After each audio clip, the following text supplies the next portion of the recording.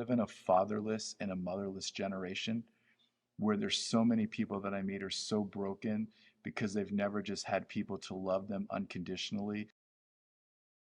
Okay, Rabbi Jason, tell me about your father. What was he like? I had a wonderful father. He was just kind and supportive. I mean, growing up, he was the type of dad that was always there for me. He went to every sporting event, always cheering me on, always encouraging me. Literally, he was really one of my best friends and still is even to this day. That's cool. How do you think that relationship, that brief explanation there, how do you think that's made you who you are today? Yeah, I mean, I think in large part who I am today is definitely because of who my dad is. I mean, he really taught me what it means to be a father. And I have two little boys myself, Avi and Judah, who are 4 and 6 years old. And I think a lot of what I've learned about how to really love them and to nurture them and to care for them and really what it means, the nature of commitment and to really just be there as an encourager and to really help to push them into their destiny and really encourage them to really dream and to be able to go for their dreams, I think is really a gift and a legacy that my father has really passed down and has really given to me. What it really means to be a man who sticks by his family and who really puts his family first, not just says it, but actually lives it.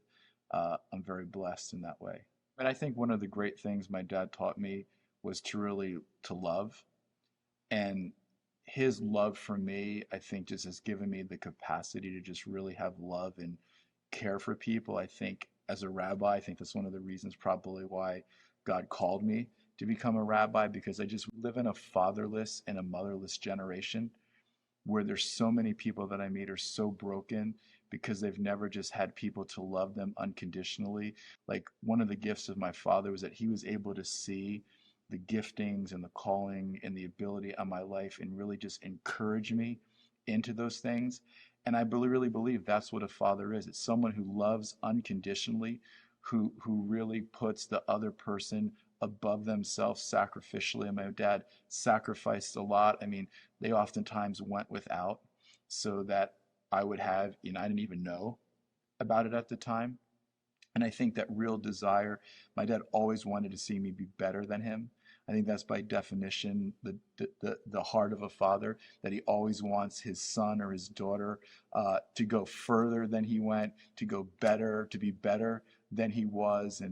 And that's what I see in my father. And I believe that's part of my passion in life is to just see people step into their destinies, kind of like the biblical story of Mordecai and Esther. Mordecai, everyone thinks Esther's the hero of the story, but really she was scared to go before the king lest she lose her life. And it was Mordecai, her uncle, who was kind of her surrogate father, who encouraged her and pushed her and spoke into her life in that way.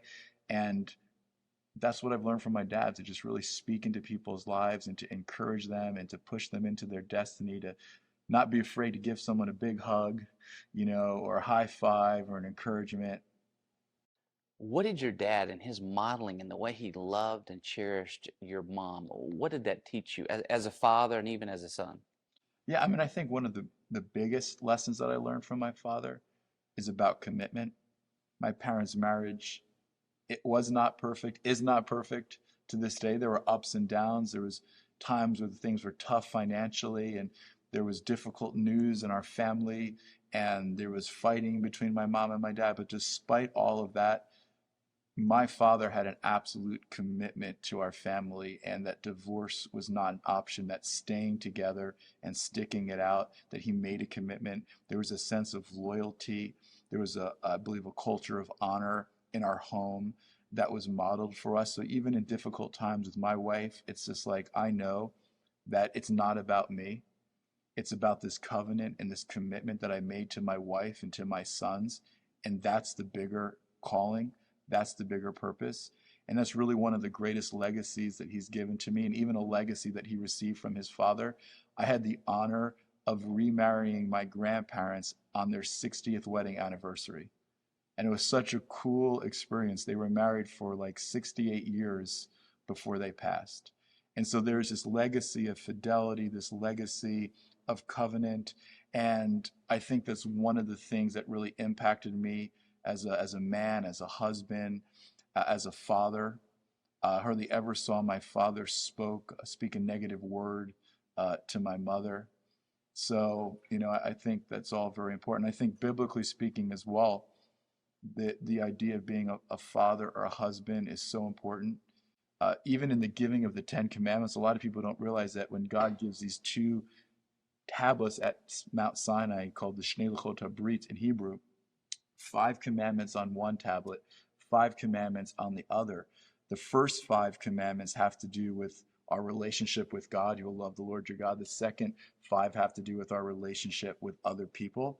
But what people don't know is that the 2 tablets are connected. So like 1 and 6, 2 and 7 are connected.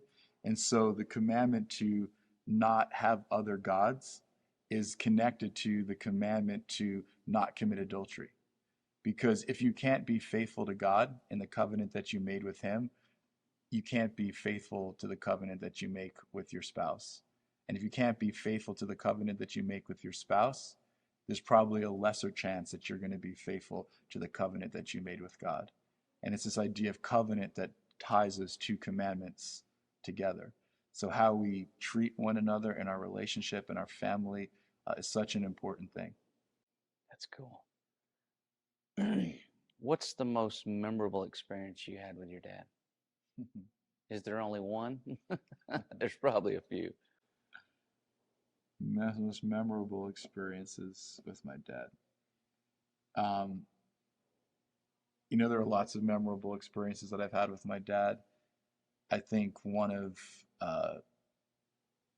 my favorite experiences with my dad was actually when I decided I was going to marry my wife, and I asked him to be my best man.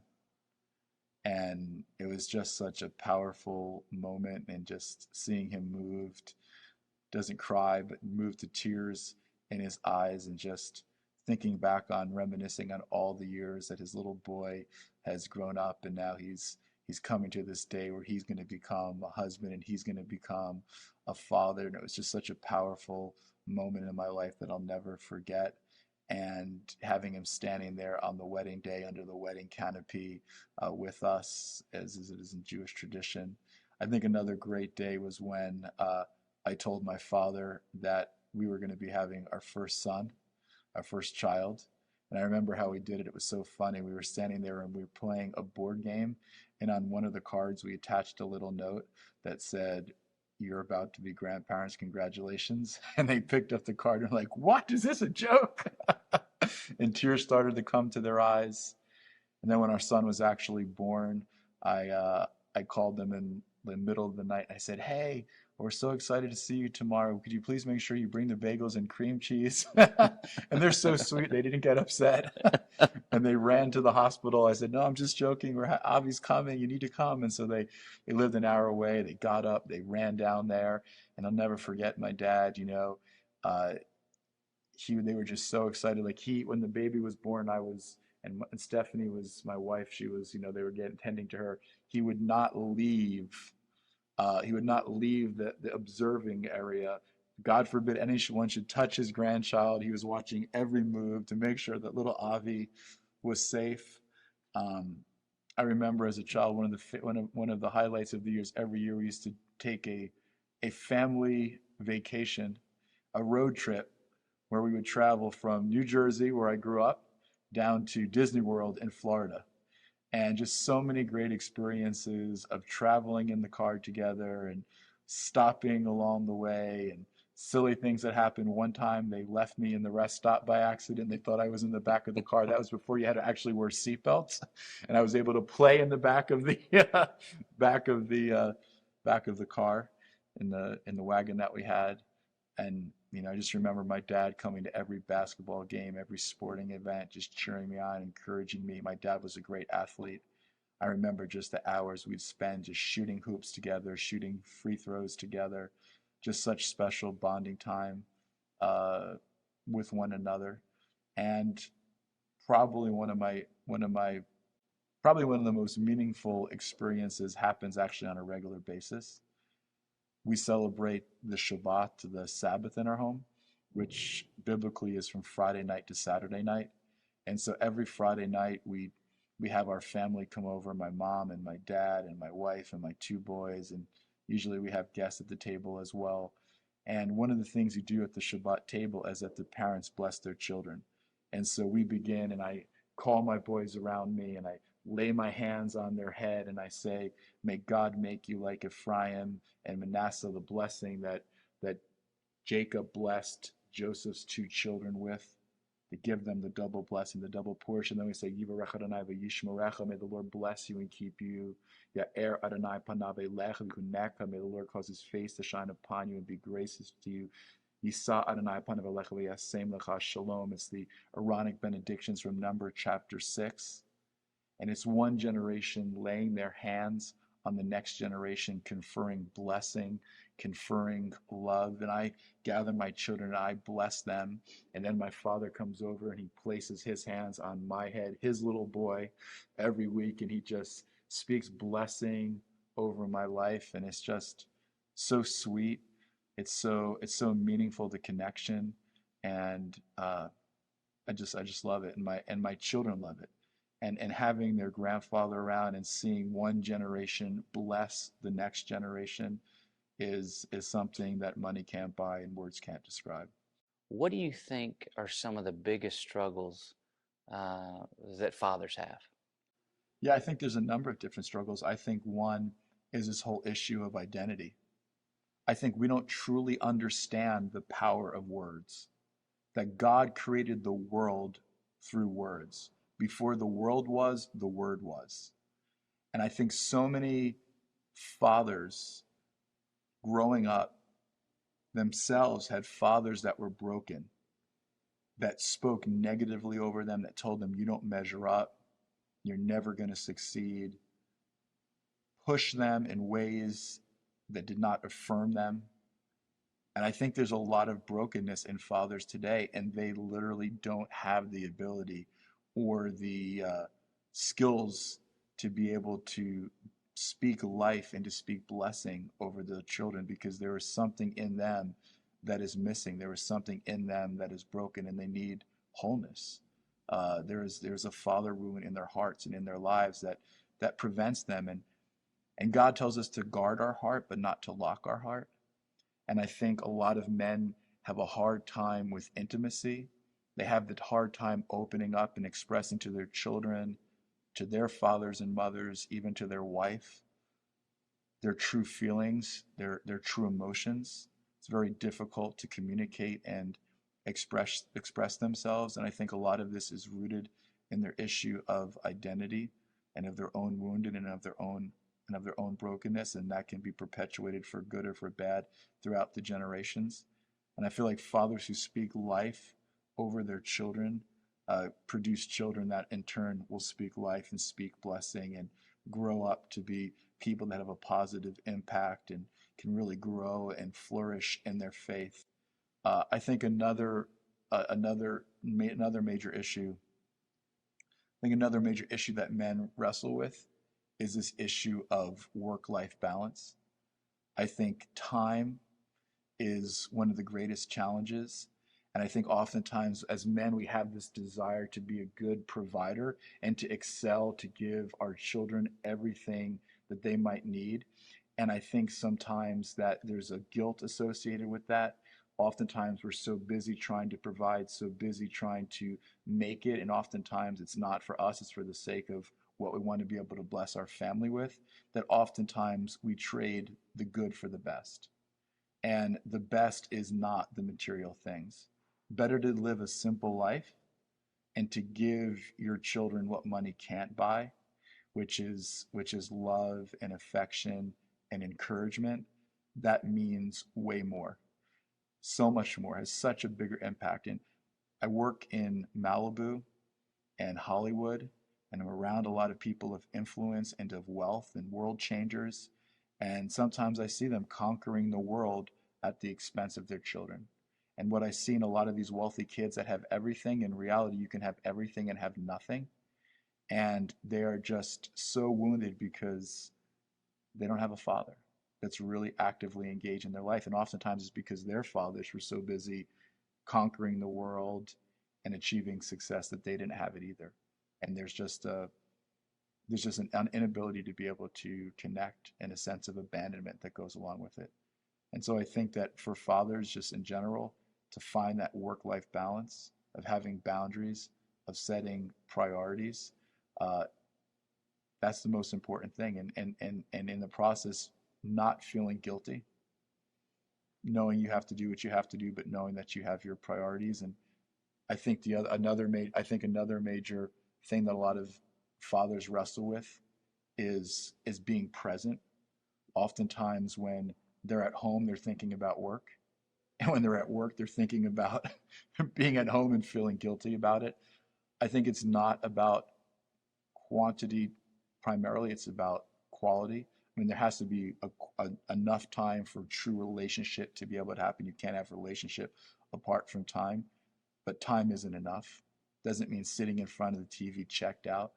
It means actively engaged with your children, doing things that unite them and bond them as a family.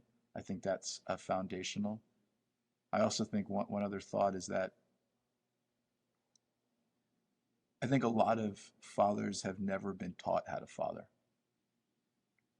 And so there's not a lot of intentionality or strategy in how they're going to parent their children. And we wouldn't do that with a business. We wouldn't just open up shop without a business plan and without some strategic thinking going into the initiative. And I think it's absolutely no different in the home as well. That there has to be an agreed upon between the husband and the wife, and agreed upon how we're going to raise our children. What is our philosophy of how we discipline them and how we train them. And I think a lot of mistakes that fathers make is that we discipline our children and don't train them.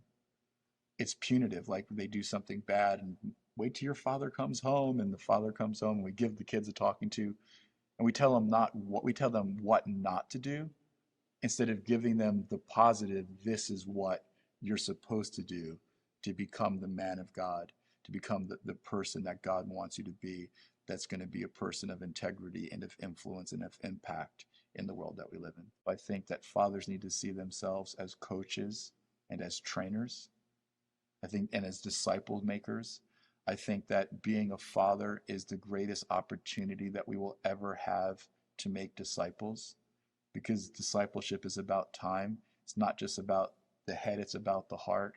It's about modeling the Father's heart to your children. And I think in everything that we do, that has to be the water under the ice. The thought in our mind has to be, how do I model the heart of the Father to my children? In every area, even in discipline, even when our children don't behave and we need to sit them down and have a talk, it can't be done in anger, because that's not how God deals with us. And our goal is to bring reconciliation and love and restoration, which models the heart of the Father and the love that He's shown us through the Messiah Yeshua, through the Messiah Jesus. And I think that's the biggest role of the Father, is to model the Heavenly Father and the heart of Jesus in all things. A lot of times, we can't give what we don't have. And if we've never had those words of affirmation, those words of encouragement spoken over our lives, then we don't know how to give that, and we don't feel comfortable doing it to our children or to anyone else in our lives. And I think oftentimes it's not that people don't want to do it, that men don't want to do it. They literally don't know how, they don't know what, they've never seen it modeled for them before. And I think we need to break the cycle and to show a different path, a different way of being and doing for the Lord. I think one mistake fathers make is thinking that letting their children do whatever they want or giving them whatever they want, that is what equals love. And I think oftentimes we substitute things for time.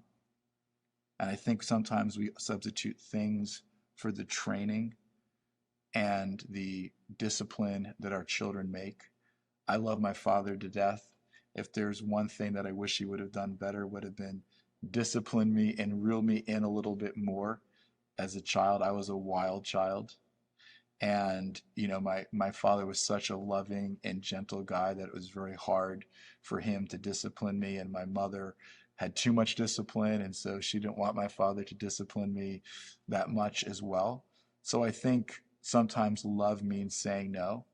Love can mean being strong and firm, setting boundaries, bringing order in the home. I think that's so significant. I think one of the mistakes that fathers make is not giving that quality time with the family. Like oftentimes the time together as a family is not a time where they're really engaged with their children. They're present and accounted for, but not actively engaged. I think fathers have to take the time to know each of their children well enough that they know what they love, that they know what hurts them, that they really see the giftings and abilities of their children. And I think that's the true wisdom of the father. He knows how to answer each child according to who he is as an individual. It's not a one size fits all way of interacting with your children.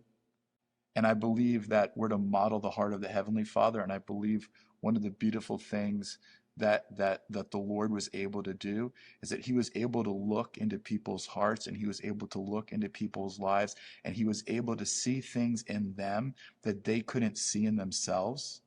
And he was able to pull that out of them and expand it so that began to shape their identity.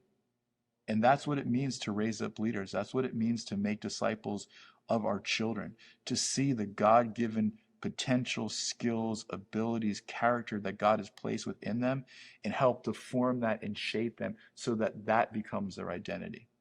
Because if we don't help our children know who they are, there is a world out there that is more than happy to tell them who they should be, what should make them happy, what their values should be.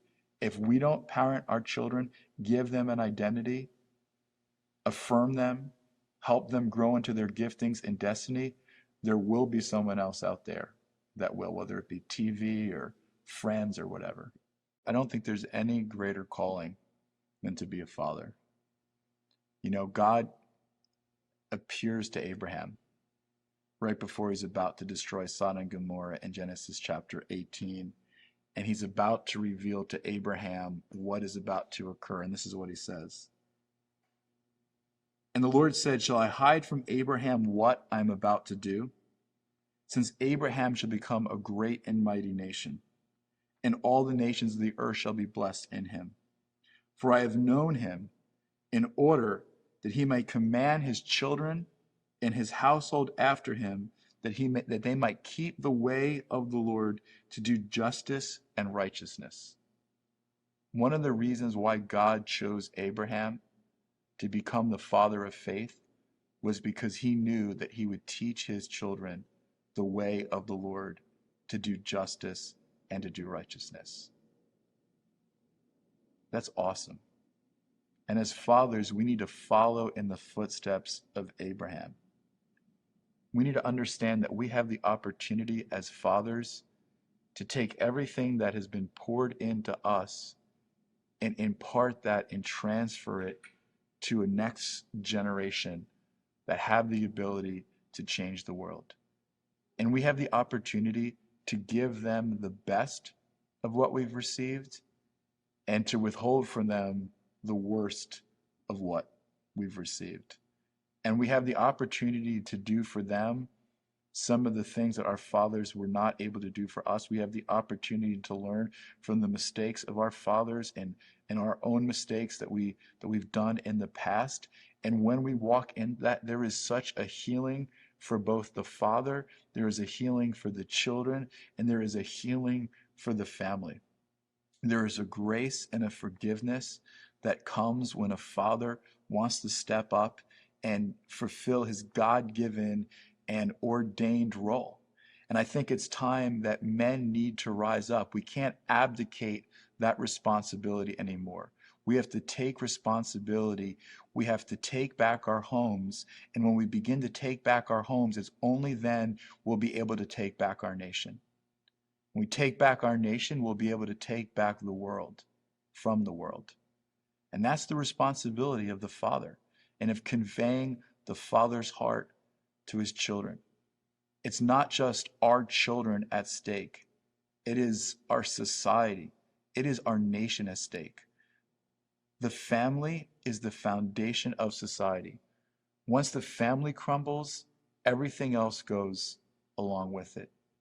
If we want freedom, if we want prosperity, then we have to teach our children to live spiritually free men and free women, to truly mean what it means to be sons and daughters, not slaves, not servants, but sons and daughters who walk in honor, who walk in love, who walk in dignity, to raise up children that have a sense of wholeness about them, that they are so whole that they are able to give to the needy and the broken without feeling that there's any loss within themselves.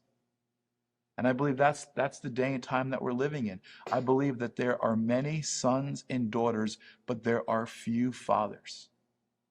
And being a father doesn't mean just being a biological father. You can have a child and not be a dad. Doesn't make you a father just because you gave birth to a child. And God is calling us to step up and to take responsibility and to raise children that take responsibility, that are world changers and that are history makers. And part of that responsibility is to instill in our children that sense of identity and that sense of destiny, that sense of responsibility, but not just for our own biological children. We have a responsibility to father and mother a generation. We have a responsibility. Part of what responsibility means, it means to bear the burden of another. It means to stand in the gap. We are going to have children. We meet children that don't have fathers, that don't have families. We need to step up and we need to figuratively adopt those children and to be there for them and to invite them into our family. It's not the government's responsibility to take care of these children. It is for the people that love the Lord to step up and to speak into the lives of these children and to shape them and to influence them and to father and mother a generation that will go out there and change the world and prepare the way for the coming of the Lord. So that's what I'm excited about, to push people into their destiny and to see what God wants to do in their lives. Watch the Father Effect movie for free on YouTube.